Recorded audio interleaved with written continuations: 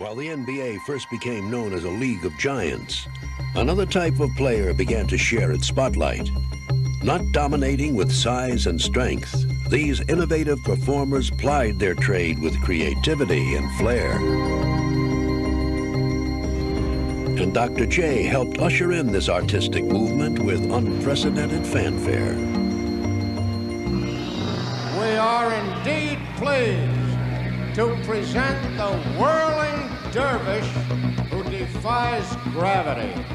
From the University of Massachusetts, number 6, captain of the Philadelphia 76ers, Julius the Doctor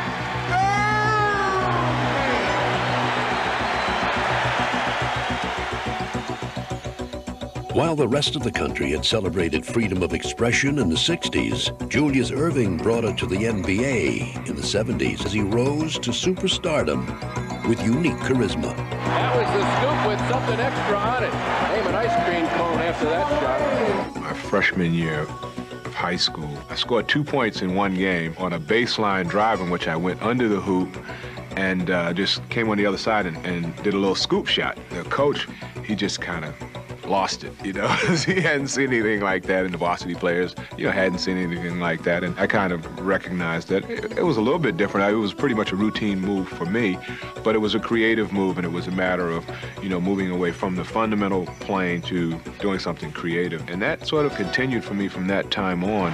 Watch this fantastic move by the Doctor. He was just so athletic. I mean, I've heard stories how, he could, take off from the free throw line. He can jump from underneath the basket out of bounds. Just, long arms, big hands, great jumping ability, just everything you need to be a great athletic player. Here he comes. Doctor looks for daylight.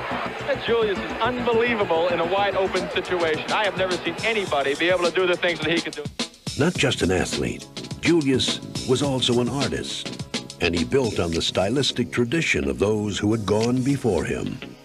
There were a lot of comparisons with Connie Hawkins, and certainly Elgin Baylor, who I saw play many times on TV, and patterned a lot of my body movement after.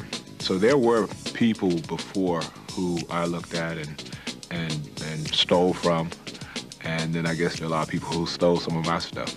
Combining the best of the past with his own innovation, Julius brought new excitement to the game. Look at the air, look at the hang time, look at the flying motion. My first year in Philadelphia, the rookies on the team, Mike Dunleavy and Terry Furlow, anytime I got a breakaway shot, they would always say, poster. And what they referred to is anybody attempting to block it were going to end up being in a poster. Here he comes. We rock the baby to sleep and slam dunk. As fans flocked to see the Doctor operate, he took on a new role. Anointed the league's ambassador, he achieved startling popularity and became a living symbol of the game. Dr. J, to me, was the NBA. It was like all of us would go to our little baskets in our room and be Dr. J. And we couldn't even do the stuff on a Nerf basketball hoop, let alone, on a 10-foot or 8-foot basket. He was the ABA. He revitalized the NBA. His name is synonymous with basketball and class. Ladies and gentlemen, Dr. J. As Julius retired, it seemed as if no one could possibly fill his role. But his heir apparent would not be long in coming. Like Julius, Michael Jordan was an eager student of the game. I guess I would have never had those visions if I hadn't have seen Dr. J in his time. Let's say with the taking off in the free throw line. Right then, your creativity starts to move and turn, and you expand it to a certain level. This is reminiscent of the ABA and Julius Erving many years ago. He has a special gift. Jordan drives again. Michael Jordan! How high can you get up? And I think it was when they put the ball in his hands and said, all right, you just run the team. You bring it up, do what you want to do with it. That represented a real evolution in terms of the prototype player that I was and Elgin Baylor was and Connie Hawkins. Whose game is it? It's Michael Jordan's game. And that's exactly what it would become. Wagging his tongue as he twisted and turned in the air, Jordan staged another stylistic revolution and took the game to even greater heights. Superman's back in the building! Superman is back in the building! I said some good things that you can't even dream about doing.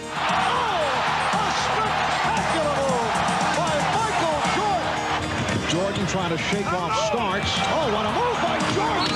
He's just simply amazing! Sometimes I would just stand there and just, I know he's going to do something crazy, so I just stand there and watch.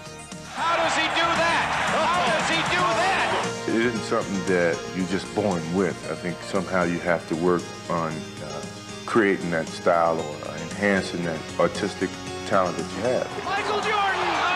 Oh, vintage Michael! Jordan had not only picked up where Julius had left off on the court, he also became an icon of game. I could see Michael's charisma, and he handled himself with, humility and dignity, and I recognized that there was passing the torch. Taking over the status of the game's most visible player, Michael brought the NBA global attention.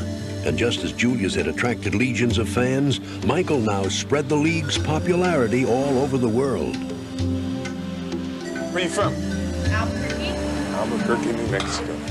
Big fan of yours. Everyone's a big fan of yours. They just have a warm feeling, I guess, about them, and that's what was so appealing.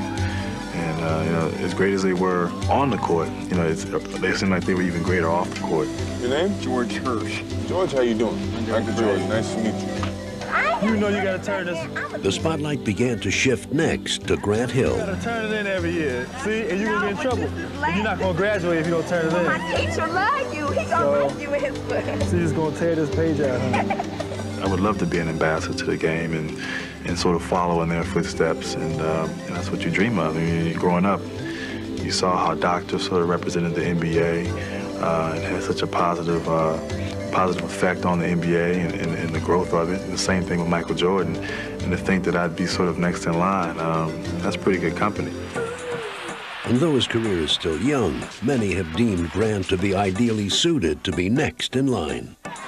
Crossover on Bonner. Cross is bad. And launches over Ewing. Wow! I say Grant Hill is fun to watch. I don't care what. Basically, most of my offense is stuff that I've watched Michael Jordan do, and then sort of try to go out there and incorporate into my game. Grant Hill, sensational. Michael, who? Kid is a very talented guy. Skills are unbelievable. I mean, he's one of those versatile players who can pick up a ball game.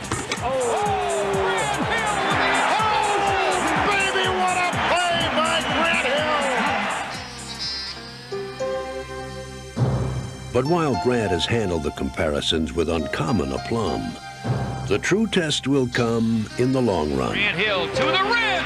He's being mentioned a lot in, the same vein as myself and Michael Jordan. It's a burden. It's a burden, but, it has to be bestowed upon somebody. And I think he's the one who it was chosen to be bestowed upon. Grant Hill comes through, reverses off the high glass, and he hit it. Little Dr. J for you there. There may be some similarities just in the way we play, like the dunk and drive, but I still put them in a certain category, and I'm down here with everybody else. For Hill, talking to some folks, they think this kid has a chance to be Michael Jordan.